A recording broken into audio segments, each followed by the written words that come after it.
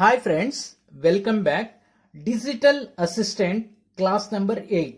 Friends ఈ క్లాస్లో మనం టైమ్ షేరింగ్ ఆపరేటింగ్ సిస్టమ్ గురించి డిస్కస్ చేద్దాం.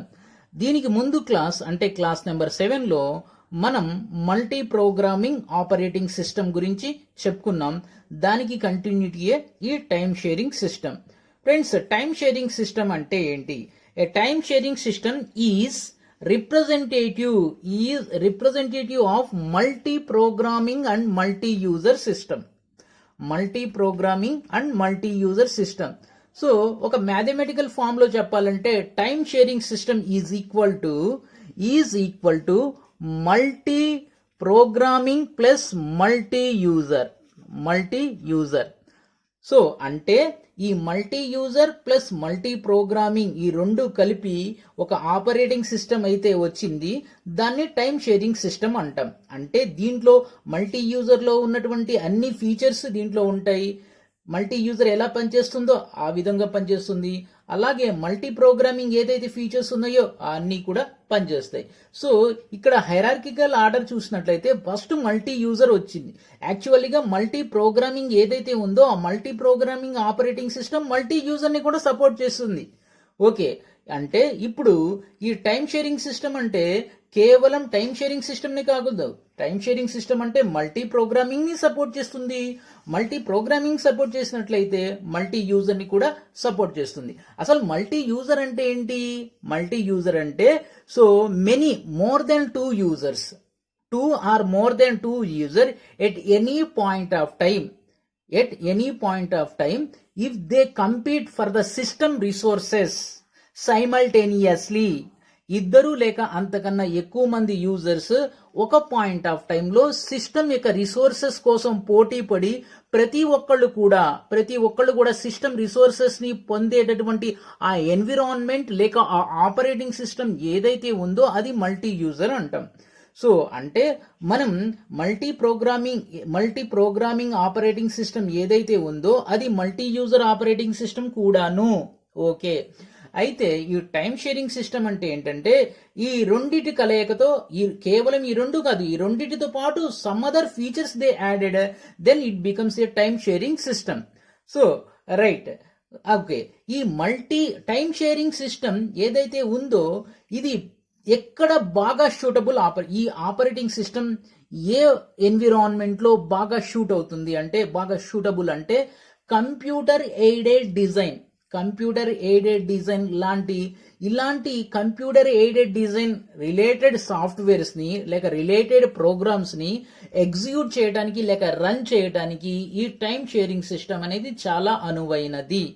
ఇది బాగా గుర్తుపెట్టుకోండి friends. CAD, computer aided design, ఈ కంప్యూటర్ ఎయిడెడ్ డిజైన్ ప్రోగ్రామ్స్ ని లేక జాబ్స్ ని రన్ చేయడానికి ఒక అనువైనటువంటి ఆపరేటింగ్ సిస్టమ్ ఏంటయ్యా అంటే అది టైమ్ షేరింగ్ సిస్టమ్.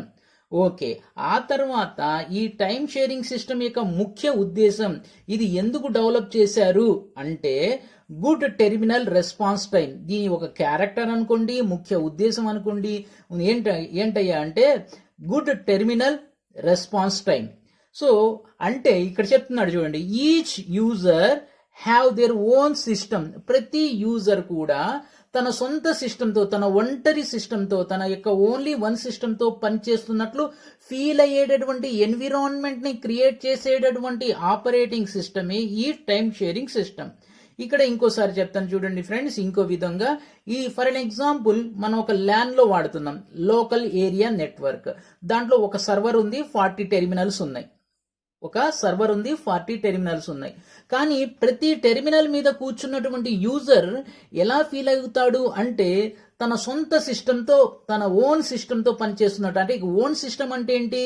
పూర్తిగా ఇండిపెండెంట్. ఒక సిస్టమ్ ఇండిపెండెంట్ అంటే దాంట్లో ఒక సిపియు ఉండటం, మెమరీ ఉండటం, ఐఓ డివైసెస్ అన్ని సొంతంగా కేవలం ఒక కంప్యూటర్, మనం ఒక సింగిల్ కంప్యూటర్ ని యూజ్ చేస్తున్నప్పుడు ఎలాగైతే రిసోర్సెస్ అన్నీ కూడా మనం ఒక్కళ్ళేమే వాడుతూ ఉంటామో అలాంటి అనుభూతిని లేక అలాంటి ఎన్విరాన్మెంట్ ని క్రియేట్ చేయటమే ఈ టైమ్ షేరింగ్ సిస్టమ్ యొక్క ముఖ్యమైనటువంటి ఉద్దేశం.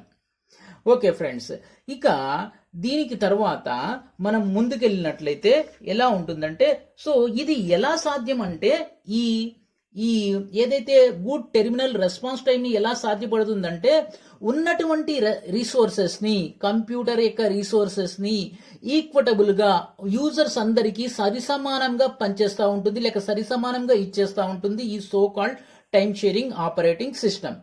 ఓకే రైట్, ఇక ముందుకెళ్తే మనకి ఇక్కడ మనం ఆల్రెడీ సిపియు షెడ్యూలింగ్. సో ఈ టైం షేరింగ్ సిస్టంలో సిపియు షెడ్యూలింగ్ ఏ విధంగా ఉంటుంది, ఈ టైం షేరింగ్ సిస్టంలో సిపియు షెడ్యూలింగ్ ఏ విధంగా ఉంటుంది. సో ఈ టైం షేరింగ్ సిస్టంలో so scheduling, CPU scheduling or దీన్ని సింపుల్గా షెడ్యూలింగ్ అనొచ్చు.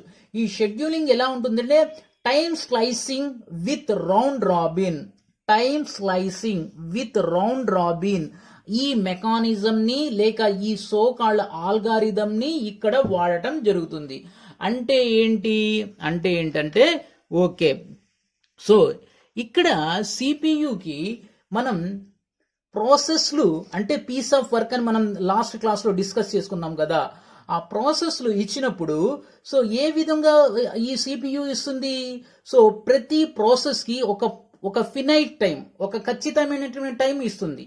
ఆ టైం లోపల ఆ ప్రాసెస్ని సిపియు లేక ప్రాసెసర్ అనేది ఎగ్జిక్యూట్ చేస్తుంది.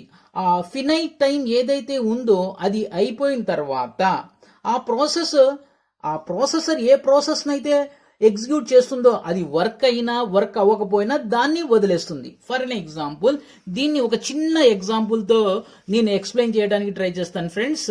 సో ఇక్కడ సిపియు ఉంది కదా, ఈ CPU X1, X2, X3, X4, X5 అనేటటువంటి ఈ 5 ప్రాసెసెస్లు ఉన్నాయి. 5 ప్రాసెస్లు or tasks, process or task 5 processes ఉన్నాయి. సో దేంట్లో ఈ మొత్తం దేంట్లో ఉన్నాయి, క్యూలో ఉన్నాయి. ఈ మొత్తం కూడా క్యూలో ఉన్నాయి. సో ఇప్పుడు ఫస్ట్ ఏ ప్రాసెస్ వెళ్తుంది, ఈ ఫస్ట్ ఆర్డర్లో ఉన్నటువంటి ఫస్ట్లో ఉన్నటువంటి X1 ఎక్కడికి వెళ్తుంది, సిపియులోకి వెళ్తుంది. సో సిపియు టైంని ఫర్ అన్ ఎగ్జాంపుల్ సిపియు టైంని ఒక 10 సెకండ్స్గా ఫిక్స్ చేశారనుకోండి, 10 సెకండ్స్ సిపియు టైం. సో అప్పుడు ఈ సిపియు ఏం చేసిద్ది, X1 అనేటటువంటి ఈ ప్రోగ్రామ్ని ఎంతసేపు పాటు వర్క్ చేసిద్ది, ఆ పీస్ ఆఫ్ ప్రాసెస్ మీద ఎంతసేపు పనిచేస్తుంది, 10 సెకండ్ల పాటు పనిచేసిద్ది. 10 సెకండ్ల తర్వాత ఈ X1 పని అయిపోయినా అయిపోలేకపోయినా పనితో సంబంధం లేదు, ఎంత వర్క్ అనేది కంప్లీట్ చేసిందని కాదు, టైం ఎంత అయింది అనేది. 10 సెకండ్లు అయిపోయిన తర్వాత సిపియు ఇంకా ప్రాసెస్ చేయకుండా 10వ సెకండ్ అయిపోయినా ఇమీడియట్లీగా ఈ సోకాల్డ్ టైం షేరింగ్ ఆపరేటింగ్ ఏం చేసిద్దంటే క్లాక్ చేయడం వల్ల అప్పుడు సిపియు ఏం చేసిద్ది, తన దగ్గర ఉన్నటువంటి ఈ ప్రాసెస్ని లేక ఈ పీస్ ఆఫ్ వర్క్ని వదిలేసిద్ది. సో అది ఏమవుతుంది, అప్పుడు బయటకు ఇలాగొచ్చేసి మళ్ళీ అదే క్యూలో వెనక్కి వెళ్ళి యాడ్ అవుతుంది. ఇలా బయటకు వచ్చేసి అదే క్యూలో వెనక్కి వెళ్ళి యాడ్ అవుతుంది. సో ఆ తర్వాత ఏమవుతుంది, సెకండ్ ప్రాసెస్ వస్తుంది, ఆ తర్వాత థర్డ్, ఇలా 1 by 1 వస్తూ ఉంటాయి. సో దీన్ని క్యూ ఆర్డర్ అంటాం. ఈ విధంగా ప్రాసెస్ అనేది పనిచేస్తుంది. సో దీన్ని ఏమంటామంటే time slicing with round robin అంటాం.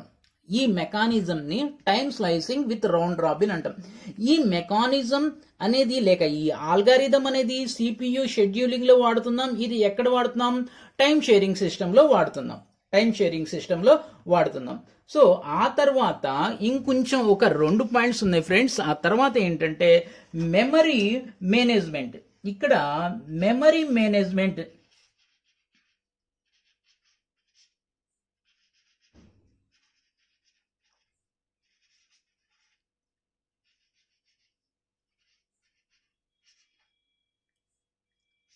ఈ మెమరీ మేనేజ్మెంట్ ఎలా ఉంటుంది అంటే, టైం షేరింగ్ లో మెమరీ మేనేజ్మెంట్ అనేది ఎలా ఉంటుందంటే isolation and protection of co resident programs. Isolation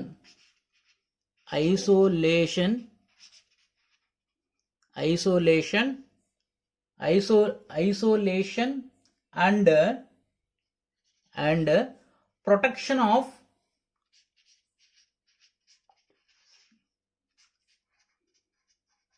protection of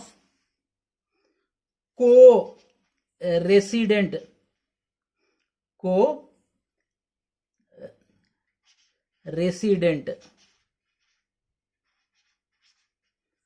programmes. సింపుల్గా రాస్తున్నాను ఫ్రెండ్స్, మీరు స్పెల్లింగ్స్ చూడొద్దు. సో షార్ట్ కట్లో రాస్తున్నా. సో అంటే ఏంటంటే ఇక్కడ సో ఈ పాయింట్తో ఈ ఈ టాపిక్ అనేది కంప్లీట్ అవుతుంది. ఒక్క నిమిషం.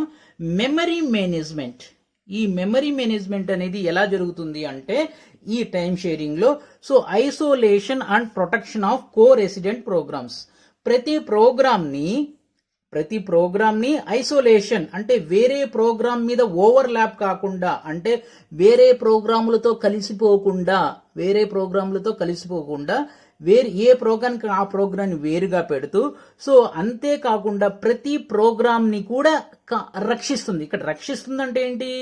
సో వేరే ప్రోగ్రామ్ ఒక ప్రోగ్రామ్ మీద ఓవర్లాప్ కాకుండా, ఒక ప్రోగ్రామ్ వేరే ప్రోగ్రామ్తో కోయిన్సైడ్ కాకుండా ప్రతి ప్రోగ్రామ్ని కూడా ప్రొటెక్ట్ చేసే విధంగా మెమరీని డిజైన్ చేయడం జరిగింది. అలాంటి ఆల్గారిథం మెమరీ కోసం రాయటం జరిగింది.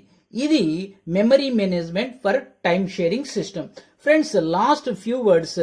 సో ఈ ఆపరేటింగ్ సిస్టమ్ అనేది ఎస్పెషల్లీ డిజిటల్ అసిస్టెంట్ కోసం మీరు బిట్ రూపంలో చదివినట్లయితే మీ టైం వేస్ట్ తప్ప ఎలాంటి యూజ్ అనేది ఉండదు. మీరు నా వీడియో చూడండి, చూడకపోండి, కానీ బిట్ రూపంలో ఉన్నటువంటి కంటెంట్ ని చదవద్దు. కాన్సెప్ట్ ని అర్థం చేసుకోండి. రిపీటెడ్ బిట్స్ అనేవి ఖచ్చితంగా రావు 100%. అది ఒకటి గుర్తుపెట్టుకోండి friends. Thank you. Have a great day head of you.